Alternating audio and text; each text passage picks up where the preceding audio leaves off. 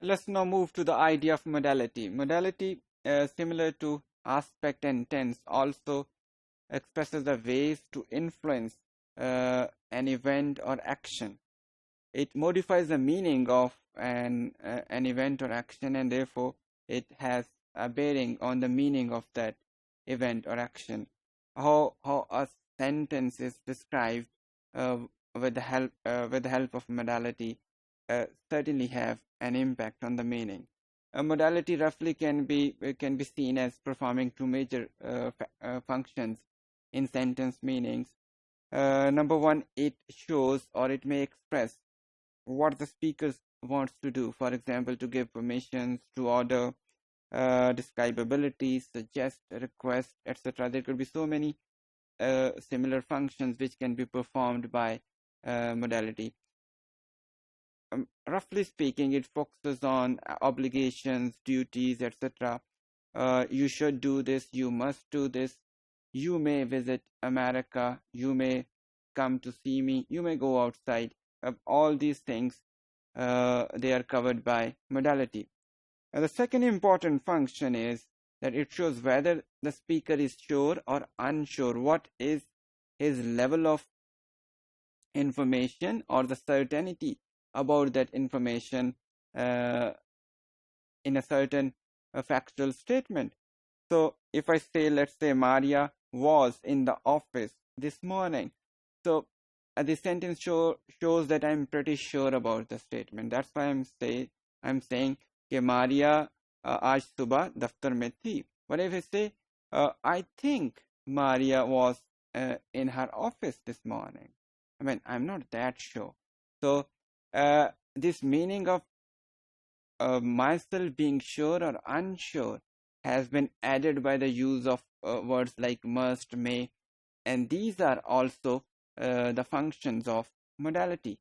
Uh, Modal system allows to show a strong and weak commitment to factual statements, as I just exemplified, that either you're pretty sure or unsure. That is also a function of modality as a linguistic category. Look at the following examples and you will understand the various levels of commitments of the speaker or the author in these statements. I know that this seems to be a pretty satisfied and confident statement, and it shows a higher level of surety or confidence in the situation. I believe that. Again, this shows a stronger commitment to the factuality. I think that slightly unsure as compared to the statements given above. Then I doubt that she might have gone. Both show a kind of doubt. She must have gone shows a level of confidence, surety. Auxiliary verbs in this role are called modal verbs. When modal verbs perform such actions, when and the action of modality is usually performed by the help of auxiliary verbs. And when auxiliaries perform this action, they may be called as modal verbs. There are two based on the actions I mentioned a while ago. Modality can be divided into two different kinds. The first one is epistemic modality, which shows how sure is the speaker in his communication, what is his level of satisfaction with the information. It also distinguishes between the real world and the imaginary world. The information which is based on the knowledge of the real world seems to be more factual, and other could be imaginary. For example, if I say I came, it shows reality, and if I say I may come, it is an imaginary or a possible situation. Look at the following examples, and you could see different states in the bold here. Show that it is true. This can be reflected in the sentence like, that must be the correct answer. Must be the correct answer shows a higher level of surety than quite sure Sarah may be at her office right now. But then there is a list of other situations you can have a look at your screen. And then we have deontic modality, which shows speaker's attitude to certain social factors of obligation, responsibility, and permission. You can drive this car. This can be seen as a typical example of deontic modality, and it shows permission, and in certain situations it can show the ability also. We got some examples of deontic modality here, and some of the situation in which this modality is used is known as permission. The children may go to the park. This involves a permission. Necessity. You need not have studied so hard.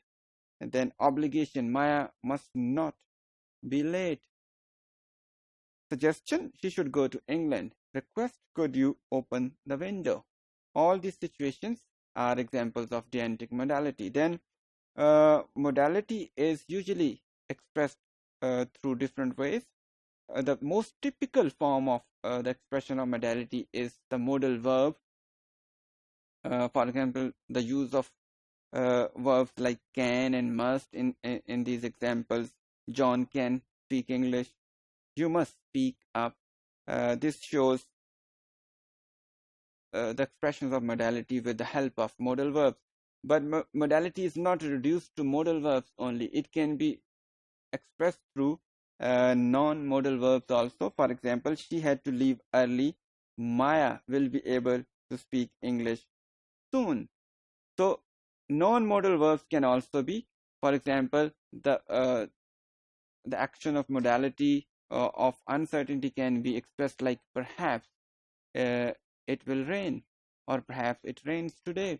So the word perhaps is performing the function of modality in this situation. Adverbs, nouns, adjectives can convey probability and certainty in various situations, and those situations can also be categorized as the situations of modality. For example, she is probably at home. Here the word probably is performing the function of modality.